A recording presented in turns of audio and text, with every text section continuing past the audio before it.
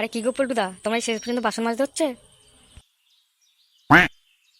কি আর করবো বল ফুটো, বউয়ের শরীরটা খারাপ তাই একটু বাসনটা মাজতে হচ্ছে, নাহলে আমি বাসন কোনোদিন হাত দিই নাকি? না রে পুরো পুরোটা মিথ্যা কথা বলছে। পুরোটাকে প্রায় দিন দেখছি বাসন মাজছে প্রতিদিন। ছি ছি ছি পল্টুদা, আমি ভাবতেই পারিনি তুমি বিয়ে করার পরেই বাসন মাজবে। ছি, লজ্জা করে না তোমার? বাসন মাজতে হচ্ছে শেষ পর্যন্ত। দেখ চুটকি, তুই না জেনে বুঝে বেশি কথা বলবি না বলে দিলাম। আর চুটকির নামে দোষ দিয়ে লাভ নেই পল্টুদা, হক কথা বললে সব ফক করে ওঠে। আমার ব্যাপার আমি বুঝবো, তোদের না কথা কে বলেছে? এখানে তোর যেখানে যাচ্ছিস সেখানে যা চুপচাপ, আমার ব্যাপারে বেশি না গোলাবি না বলে দিলাম। আরে চ চ চুটকি চলে আয়, চ পল্টুদা মনে হয় খোঁজে গেছে, এবার মনে হয় বাসন চুরি মারবে। চ চ পালা পালা। হ্যাঁ চলে যাই। হ্যাঁ পুরোটা বই গেলাম বই গেলাম। ধুরবাল, আর ভাল লাগে না। আমি আর কোনো কাজই করবো না শালা, এবার দিয়ে বউয়ের কোনো কথাই আমি শুনবো না। শালা আমি ইনকাম করে নিয়ে আসছি, আমার টাকা খাচ্ছে, আবার আমাকে বাসন ধোয়াচ্ছে। অনেক সহ্য করেছি, আর পাচ্ছি না আমি। এই কি গো, কোন দলে বাসন মাজতে গিয়েছিলে? মানে ঘুমিয়ে পড়লে নাকি বাসন মাজতে মাজতে? তাড়াতাড়ি আসো। আরে এই তো যাচ্ছি যাচ্ছি, দাঁড়াও দাঁড়াও দাঁড়াও, বাসনগুলো অনেক নোংরা ছিল তো, তাই মাছ দেখতে দেরি হয়ে গেছে, এক্ষুনি যাচ্ছি, দাঁড়াও। এই টুম্পা, হ্যাঁ বলো। বলছি কি, যা বাসন টাসন ছিল সব তো মেজে দিলাম। হ্যাঁ তাতে কি হয়েছে? বলছি এবার তাহলে তুমি ভাতটা বাড়ো, আমি স্নানটা করে আসি ঝপ করে গিয়ে। ঠিক আছে যাও, তাড়াতাড়ি স্নানটা করে আসো গিয়ে।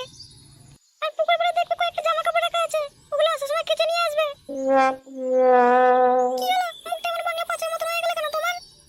না না কিছু না, আমি তাহলে জামা কাপড় কেচে আর স্নানটা করে আসছি, তুমি ভাতটা বাড়ো। ঠিক আছে যাও। আর হ্যাঁ, জামা কাপড়গুলো একেবারে উঠোনে মেলে দিয়ে তারপর ঘরে ঢুকবে। আমি সব কিছু করে দেবো, তোমাকে কিছু বলতে হবে না আর।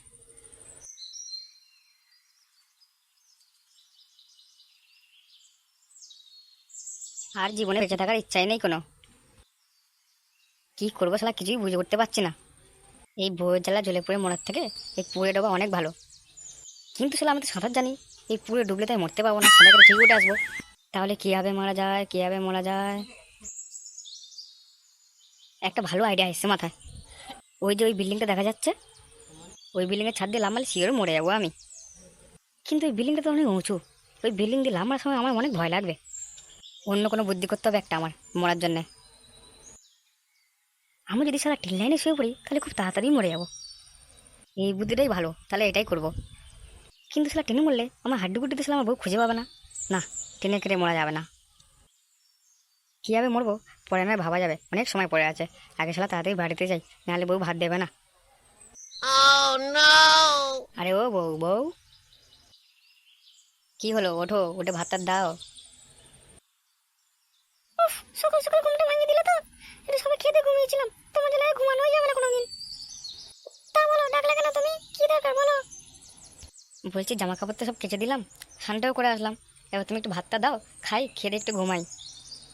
ভাত তরকারি সব রান্না করে ভাড়া আছে, কেন? আর হ্যাঁ, আমি এখন ঘুমাচ্ছি, আমাকে ডিস্টার্ব করবে না কোনো বলে দিলাম। আর খাওয়া দাওয়া হয়ে গেলে চুপচাপ কাজে চলে যাবে। এত ঘুম কিসের? হ্যাঁ, ছেলে মানুষ শুধু ঘুম আর ঘুম।